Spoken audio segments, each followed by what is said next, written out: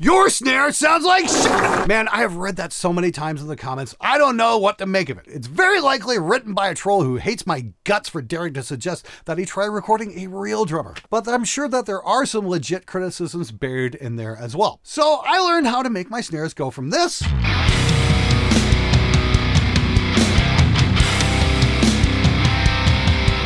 to this.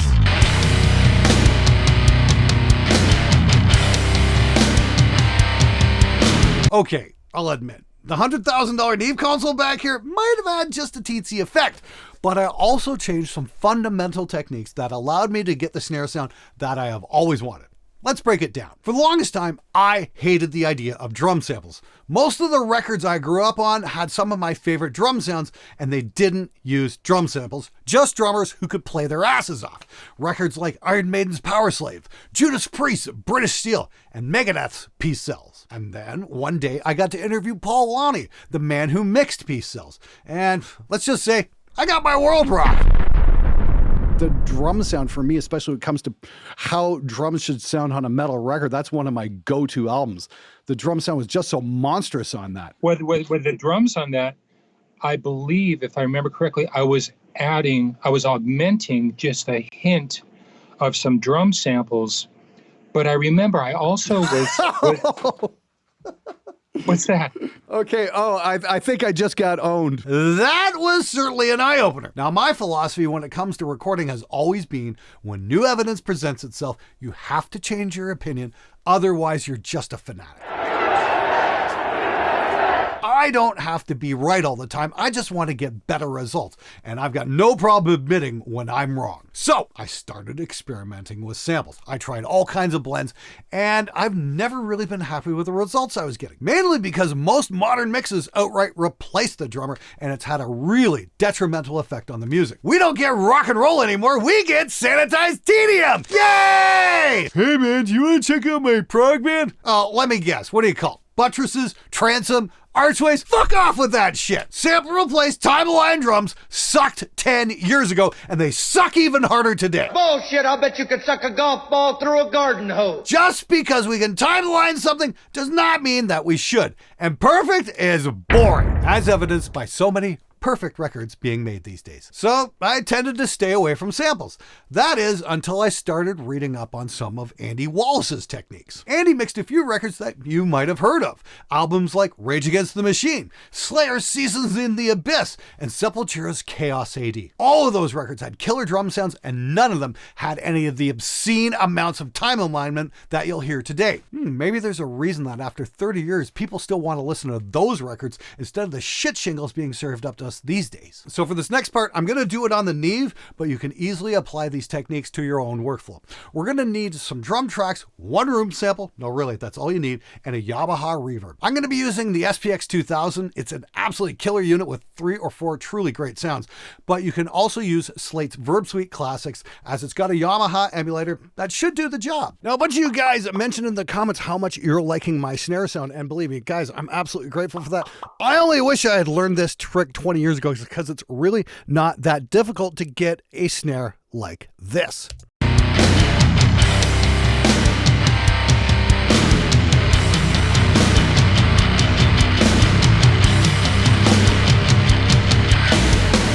It really comes down to a couple of fundamental things that I've already been doing and I've showed in numerous courses and video demos and everything like that. So I'm not going to get too far in. Okay. But just keep in mind, and this is critical, there is absolutely no compression going on the snare itself, the snare channel or anything. It's just on the master bus over here. That's it. And that's compressing the entire mix.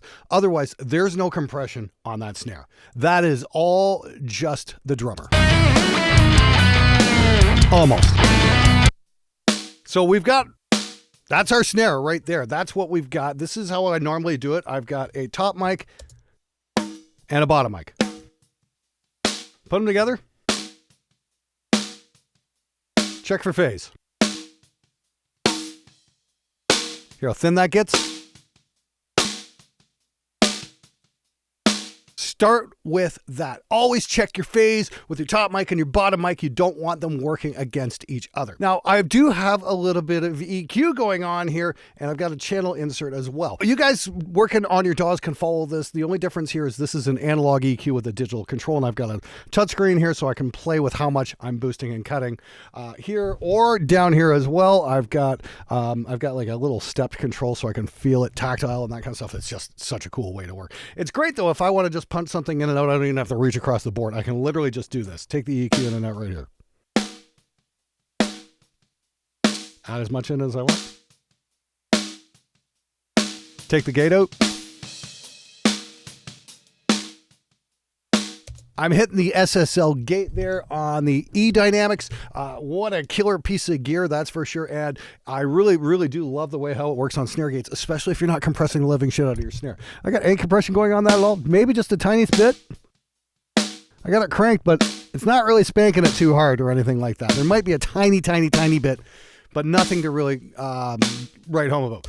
My friend Jordan Beal, who works with Veil and Maya, he was saying, just set it up so it's just maybe adding a tiny bit more attack, but I'm not like spanking the living shit out of the snare like I used to in the DAW. So we've got that. And like I said, this is something we all know. This is something I've gone on and on and on about.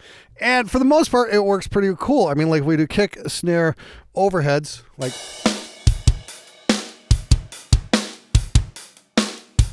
Yeah, that sounds good. Throwing some rooms.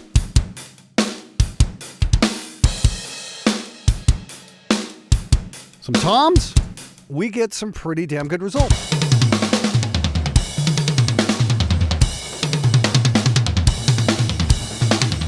Probably can tweak that one tom gate ever so slightly. It sounds like I'm missing a couple of hits there, but not the end of the universe. But where's the explosive snare? How's that coming to be? And let me show you guys the trick right here. I'm going to punch this in and out and show you guys what's making all the difference.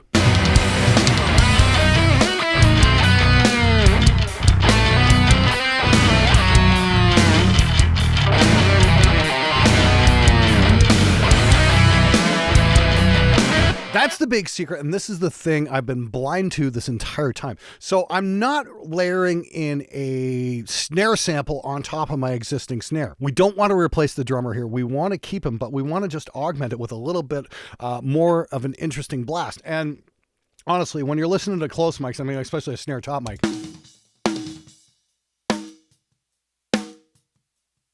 there's nothing interesting about that. It's just doink, doink, doink. It's like, okay, top, bottom again. So the trick is, instead of a snare sample, we use a snare room sample. That's where we get the explosive sound. What I've done here is I got my snare top here on this track here, and I've just copied it down to another channel right here. This is the snare room sample. And if I were to take off all the effects, that should just be the snare playing by itself.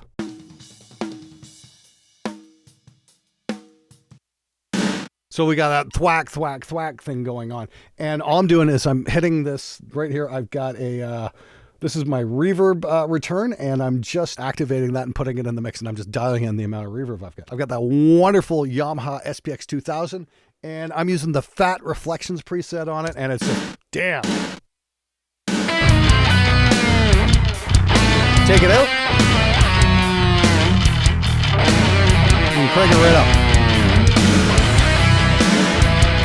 A little much. So my big mistake is I've been sending a snare top mic to the reverb this entire time, where I should have been taking a room sample and sending that to a reverb. We'll get way cleaner results with absolutely no cymbal bleeds whatsoever, and that gives us that great, big, clean, trashy, cutting snare sound. We just dial it into taste. Add a little more here. Bring it way back.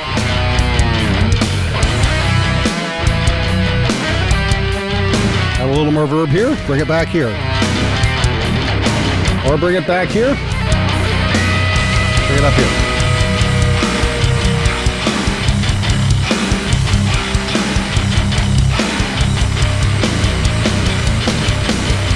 Now, the only thing you'll notice here is I've got an automation lane here. And what this is doing is making sure my snare reverb doesn't get obnoxious when during rolls or anything like that. And if you watch this fader here, it'll actually move over this next little passage.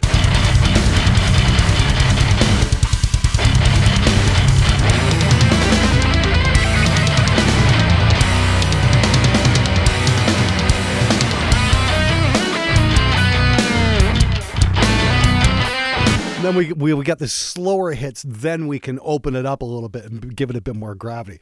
Very important you do that because, yeah, the snare sample itself is set to be obnoxious. I'm using a sample in Slate's Trigger, and basically I've got it set to almost no dynamics, full-on velocity. Range is 70 to 127, so not a whole lot of dynamic range going on there, and that's fine because we're getting the dynamic range and the natural performance of the drummer on the snare top and bottom mic, not to mention the room mics and the overheads and all of that. We're only blending this in just for strong hits. And again, we're countering that with the automation. Works a lot better. But the crazy thing is it adds so much more life to that snare. If I take out those leads and I just bring this in and out,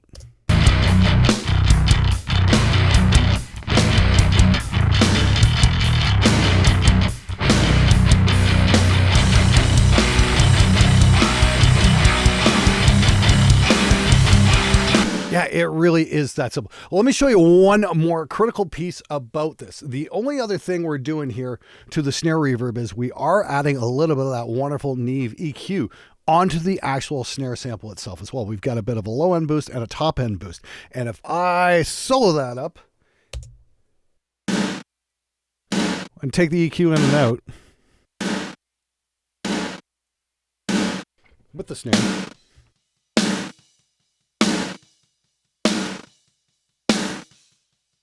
we're just using it to fatten the snare up just ever so slightly as well, because the snare by itself was a little thin. So we're at 85 Hertz and we've got like a bell curve here. I love this. We got like a switchable shelf here. Thank you, Neve. That thing's amazing. But we can crank up the bottom, even right here, do it. Gets a little tubby. Bring it back down, crank it in. Oh, I love having knobs to tweak EQs with. And again, we're adding a little bit, about 14, it looks about 14 kilohertz right there. Yep, that's it. And we can just bring that in as well. Make it as bright as we want. That might be a little much. So we bring it back. So what I got here on the actual path, we've got trigger, and then we've got the Genesis control for the EQ, and then we got a RIA gate. And the RIA gate here is just opening and closing on that snare sample and shortening it a little bit, so we're still getting the tail end of the real drum as well. Again, the whole idea here is to preserve the drummer's performance as much as possible. Don't completely sanitize them, don't completely replace it. Work with the performance and get something better. So if we take the gate off, it gets be a little obnoxious. Let me punch that in and out of the mix here for a sec. And so let's take the guitars out as well, and I'll show you what happens when we open and close that gate.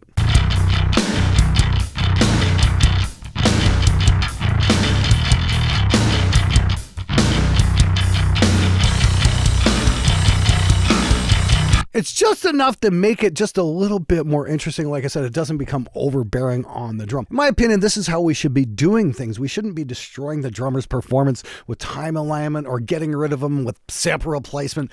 That's not interesting at all. This is a much more cooler way to do it. It's like a parallel method where, yeah, we do have a sample cranked and very non-dynamic, but we can control it with automation. But we also get all the subtleties and intricacies of the drummer's performance without replacing it. I think that's a really cool way to use the technology. Now, if you're doing this at home, all of this can be replicated on your DAW. I'd highly recommend checking out the Slate Verb Suites Classics for their Yamaha emulation. It's pretty good. It might just do the thing. And yeah, try copying and pasting your snare top track and running a sample on that and send that to your reverb. And if you're wondering, hey man, what's up with that bass tone? That's element bass. And this is my 3-stage preset, and you can use it just dialing in these 3 knobs right here for just about any mix.